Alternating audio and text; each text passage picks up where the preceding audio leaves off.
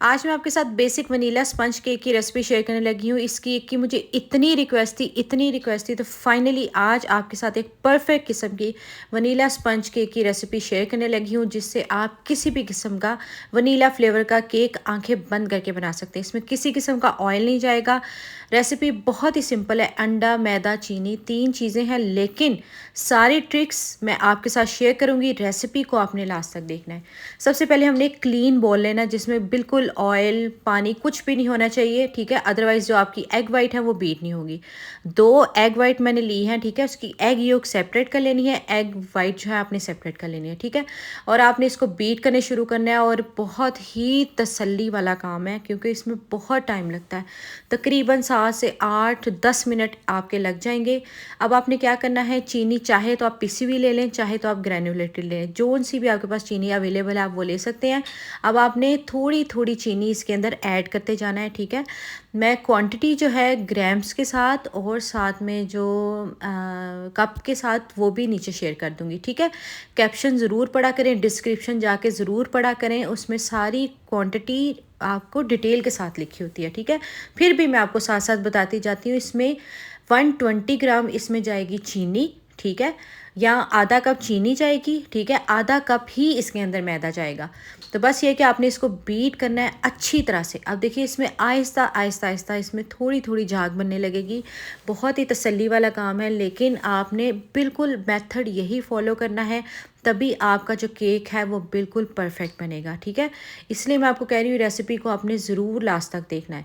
अच्छी तरह से हमने बोल को इस तरह से मैंने टिल्ट कर लिया है, ताकि अच्छी तरह से जो एग वाइट है उसको हम बीट कर लें, ठीक है। अगर आप कोई सिरेमिक बॉल लेंगे ना तो वो ज़्यादा बेहतर है, उसमें ज़रा बहुत जल्दी आपका जो केक है ना वो बीट हो जाएगा। अच्छी तरह से आपने जो एग वाइट है उसको बीट करते जाना है। मैंने इसको फुल स्पीड पे रख के और इसको किया है बीट, लेकिन आपने इसको बीच में थोड़ी थोड़ी करके चीनी ऐड करते जाना है, और आपने अपना जो एग बीटर है उसको भी ब्रेक देनी है। ये नहीं करना कि आपने मुसलसल चलाते रहना है और आपका जो एग बीटर है वो साथ ही फोत हो जाए, ये आपने काम नहीं करना। तो साथ साथ जो आपका बीटर है उसको भी रेस्ट देना है, क्योंकि उसने ओवर हीट होते जाना है। तो इस चीज़ का आपने ज़रूर ख्याल रखना है साथ साथ, ठीक है। तो बस ये देखिए आपने बीट करते जाना है, एक ही फॉर्म में इसको आप बीट करें। जैसे आप इसको क्लॉकवाइज कर रहे हैं तो आप इसको क्लॉकवाइज ही बीट करें। तो बस इसको अच्छी तरह से आप बीट करते जाएंगे तो यहाँ पे आप देखेंगे कि थोड़ा थोड़ा जो है जो आपका जो फॉर्म है वो बनने लग गया है, ठीक है। तो बस ये है कि आप देखिए यहाँ पे आपका जो केक का फॉर्म है वो अच्छी तरह से बनने शुरू हो गया है। हमने इसको तब तक बीट करना है जब तक हम बॉल को उल्टा नहीं कर देते, तब तक आपने इसको लाजमी बीट करना है। अब ये देखिए आपने इसको अच्छी तरह से बीट करना है जब तक कि इसके अंदर फोम नहीं बन जाता, ठीक है, रिबन फॉर्म नहीं आ जाता, ठीक है। अच्छी तरह से हमने इसको बीट करते जाना है, करते जाना है, करते जाना है, जब तक कि आपके हाथ नहीं टूट जाते तब तक आपने इसको बीट करना है, क्योंकि इसका प्रोसीजर ही यही है।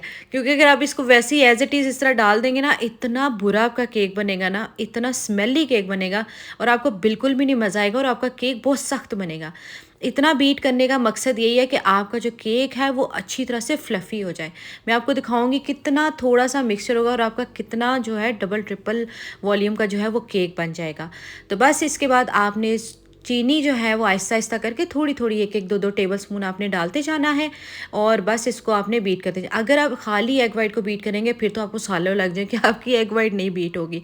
इसलिए आपने इसके साथ साथ बीच में चीनी ज़रूर ऐड करते जाना है, ठीक है। थोड़ी थोड़ी ऐड करते जाएंगे, उसकी वजह से ये होगा कि चीनी की वजह से भी आपकी जो केक की फोम है वो अच्छी तरह से बनने शुरू हो जाएगी, ठीक है। अब ये देखिए काफ़ी हद तक जो है ये अच्छी तरह से बीट हो गया। तकरीबन मुझे इसको 10 मिनट लगे थे, मतलब ब्रेक्स भी देते रहेंगे और आपको 10 मिनट लगेंगे, तब जाके जो आपकी एग वाइट है वो अच्छी तरह से बीट होगी। मैं आपको ये सारी चीज़ें इस वजह से बता रही हूँ क्योंकि मैं इसके साथ इतना खप चुकी हूँ। मैंने पहले 2 दफ़ा कोशिश की है। पहले मैंने एग वाइट को अलग बीट करने की कोशिश की है और मेरी एग वाइट बीट ही नहीं हुई थी। फिर मैंने क्विट कर दिया, मैंने कहा लगता है ये मुझसे नहीं होगा। लेकिन मैंने फिर भी आज दोबारा एक दफ़ा मैंने कहा आज लास्ट टाइम है, मैं इसको एक दफ़ा चेक करके देखती हूँ कि ये केक जो है ना वो हमारा बीट होगा कि नहीं। लेकिन आज मुझे अब समझ आ गई है, तो इसलिए मैं आपके साथ सारी ट्रिक्स जो है वो शेयर कर रही हूँ, ठीक है। अब वो एग वाइट हमारी बीट हो गई है। अब हमने क्या करना है, एग योक बीट करनी है, ठीक है। एग योक आपने सेपरेट कर लेनी है, और बस ये कि इसमें चीनी जो है वो बाकी की जो बची होगी वो चीनी आपने इसके अंदर डाल देनी है। इसको भी आपने बीट कर लेना है, इसको भी आपने अच्छी तरह से बीट करना है तब तक जब तक कि इसके अंदर झाग आ जाए। ये तो ज़ाहिर बात है उस तरह से बीट नहीं होगी, बस आपने इसको अच्छी तरह से बीट करते जाना है, करते जाना है, करते जाना है, ठीक है। इसको ज़्यादा बीट करने के लिए इसके लिए आप 2 से 3 मिनट के लिए बस इसको एग येल्क को बीट करेंगे। तो बस ये है कि आपने इसको भी अच्छी तरह से बीट करना है जब तक इसके अंदर सही फोमी वाला टेक्सचर जो है वो इसका नहीं आ जाता। वाइट और मतलब पूरा जो होल एग है उसको डाल के उसको भी अच्छी तरह से फोमी टेक्सचर लाकर उस तरह से भी बीट करते हैं। तरीका वो भी है, तरीका ये भी है, लेकिन मुझे ये वाला तरीका ज़्यादा अच्छा लगा है क्योंकि उस तरह से जब हम केक को बीट करते हैं, मतलब जो एग्स हैं उनको बीट करते हैं, उनको जब हम बीट करना शुरू करते हैं तो वो उस टाइम तो आपका बहुत फ्लफ़ी लगेगा, लेकिन जैसे ही आप उसमें मिक्सर डालेंगे वो सारा का सारा मिक्सचर जो है वो बैठ जाएगा। इस तरीके से ये होता है कि आपका जो मिक्सचर है जो आपने एक दफ़ा से फोम बना लिया है, आपका जो केक है उसका टेक्सचर जो है वो एंड तक फोमी रहता है। तो ये एक जो है ना दोनों चीज़ों में डिफरेंस आता है। तो जो रेसिपी आपको जिस तरह से बताई जाए ना उस रेसिपी को आप फॉलो कीजिए, और जो आपको जिस तरह से रेसिपी बताता है आप उसकी रेसिपी को उस तरह से फॉलो कीजिए, ठीक है। अब यहाँ पे मैदा आपने थोड़ा थोड़ा कट के ऐड करना है, ठीक है। मैंने इसको 2 बैचेस में ऐड किया है। आपने क्या करना है, पहले आधा मैदा ऐड करना है बहुत हल्के हाथों से। यहाँ पे आपने अब इसको मिक्सिंग आपने इसकी शुरू करनी है और हमने मिक्सिंग सिर्फ क्लॉकवाइज करनी है, ठीक है। अब ये जो एग योक है जो हमने बीट करके रखी थी, ये भी देखिए अब इसको टेक्सचर आपको समझ आ जाएगा, ये भी फोमी टेक्सचर हो चुका है। तो यहाँ पे भी आपने इसको सारी जो एग योक है वो भी हमने इसके अंदर जो है वो ऐड कर देनी है। उसके बाद हमने क्या करना है, इसको हल्के हाथों से मिक्स करना है, ठीक है। बिल्कुल हल्के हाथों से, आपने तेज़ हाथ नहीं हिलाना क्योंकि मैंने आपको बताया ना कि अगर इसका फोम बैठ जाएगा ना तो हमारा केक जो है उसका स्पंज भी राइज़ नहीं होगा। क्योंकि अब देखिए इसमें बिल्कुल किसी किस्म का ऑयल नहीं है, हमने बेसिकली जो इस पे काम करना है वो इस वजह से कि हमारा केक जो है वो बिल्कुल सॉफ्ट बने, ठीक है। अब देखिए बहुत हल्के हाथों से आपने इसको करना है। बाकी का मैदा भी मैं इसके अंदर जो है वो ऐड कर रही हूँ, ठीक है। आधा कप मैदा है, मैंने इसको अच्छी तरह से टैप टैप कर लिया था, ठीक है। और इसमें 1 टीस्पून भर के या 4 ग्राम इसके अंदर जाएगा बेकिंग पाउडर, ठीक है। किसी भी अच्छी क्वालिटी का आपने बेकिंग पाउडर लेना है, और बेकिंग पाउडर कभी भी आपने बड़ी डिब्बी नहीं लेनी, वो ये होता है कि इससे एक्सपायर हो जाता है। तो आपने हमेशा छोटी डब्बी लेनी है, टिन पैक वाली ले। जो टिन पैक वाला जो आपको मिलता है ना बेकिंग पाउडर, उसकी क्वालिटी अच्छी होती है, ठीक है। डिब्बे वाली पैकिंग आप कभी भी ना लें। तो मेरा तो डिब्बे वाली जो पैकिंग है उसके साथ एक्सपीरियंस बहुत बुरा रहा है। तो अगर आप कहेंगे तो मैं आपको कंपनी जो है वो भी दिखा दूँगी, लेकिन हर चीज़ हर जगह पे अवेलेबल नहीं होती है। पिंच ऑफ सॉल्ट आप ज़रूर ऐड किया करें, इससे एक बहुत अच्छा सा बैलेंस सा फ्लेवर आ जाता है। तो बस ये देखिए मैंने इसको इतने हल्के हाथों से मैं इसको मिक्स कर रही हूँ। मैं किसी किस्म की वीडियो आपको कट करके नहीं दिखा रही ताकि आपको आइडिया हो जाए कि वीडियो किस तरह से जा रही है, ठीक है। अब इसमें मैंने वनीला एसेंस ऐड किया है 1 टीस्पून भर के, ठीक है। क्योंकि अगर आप वनीला एसेंस नहीं ऐड करेंगे तो ज़ाहिर बात है कि जो एग्स की स्मेल है वो बहुत ज़्यादा आएगी। वनीला एसेंस के बगैर केक नहीं बन सकता, ठीक है। तो कुछ ऐसे हैं जिसके अंदर वनीला एसेंस नहीं जाता। लेमन, आप लेमन जो स्क्वीज़ करके फ्रेश लेमन जूस भी ऐड करके डाल सकते हैं। जैसे आगे मैं आपको केक रस सिखाऊंगी तो केक रस के अंदर सिर्फ लेमन जूस ही जाएगा। अब इसमें मैंने 1/4 कप दूध डाला था, ठीक है। ठंडा दूध डाल लें, गर्म डाल लें, जो भी जैसा भी है, वो भी मैंने 2 बैचेस में डाल दिया था। तो आपने दूध जो है वो इसके अंदर लाजमी ऐड करना है। दूध तो हर घर में होता है, ठीक है। 1/4 कप इसके अंदर बस दूध जाएगा।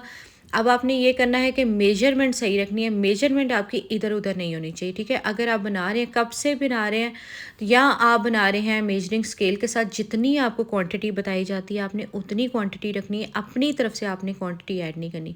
अब ये देखिए हमारा इतना प्यारा फोमी सा मिक्सचर जो है इसका रेडी हो गया है। बस आपने इसमें बहुत ज़्यादा आपने इसमें चम्मच नहीं हिलाना, सब कुछ इसमें बहुत ईजिली मिक्स हो जाता है। अब मैंने इसमें 7 इंच का पैन लिया है और उसके अंदर हमने लगाना है बटर पेपर।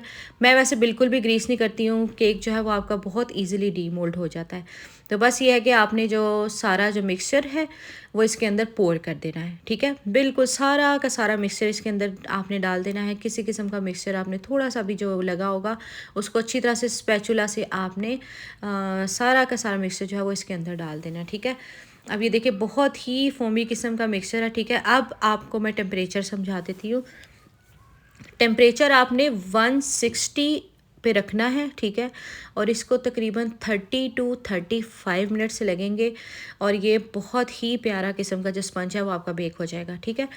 आपने पहले इसको प्री हीट कर लेना है अवन को 20 मिनट के लिए आपने इसको अच्छी तरह से प्री हीट कर लेना है। और ये स्टेप मैं आपको पहले बता दूं, ये स्टेप बहुत इंपॉर्टेंट है। आप जब भी केक बनाएं आपने सारी साइड्स पे तकरीबन 6-7 दफ़ा आपने टैप टैप करना है। इससे क्या होता है, केक के जो एयर बबल्स हैं वो निकल जाते हैं, ठीक है। और केक जो ऊपर से आपका फट जाता है या आपका अनइवन सा हो जाता है, वो केक आपका कभी भी नहीं होता, ठीक है। अब इसको मैंने केक को बेक कर लिया था और ये देखिए टूथपिक आपकी बिल्कुल जो है वो साफ़ निकल आई है, ठीक है।